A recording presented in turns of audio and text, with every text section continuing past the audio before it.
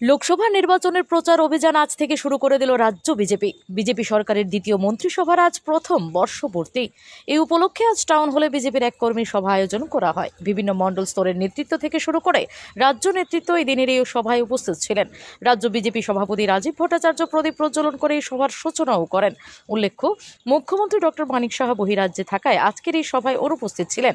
প্রসঙ্গত, আজকের এই সভায় কেন্দ্রীয় প্রতিমন্ত্রী প্রতিমা ভৌমিকের অনুপস্থিতি ছিল আলোচনার বিষয়।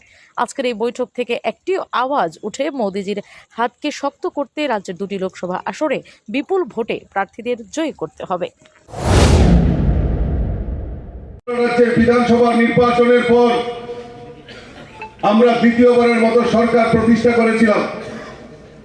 আর ঠিক এই 8ই মার্চ আমাদের সরকার আজকে বর্ষপূর্তি আমাদের হয়েছে।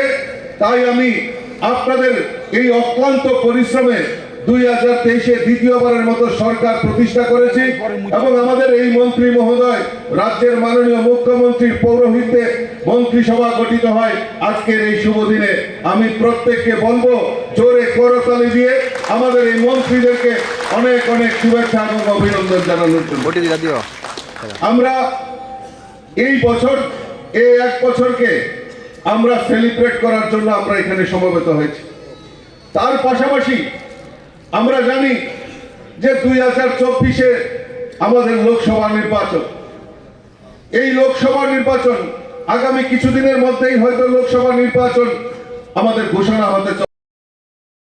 Bureau report, S Bharat live 24 hours.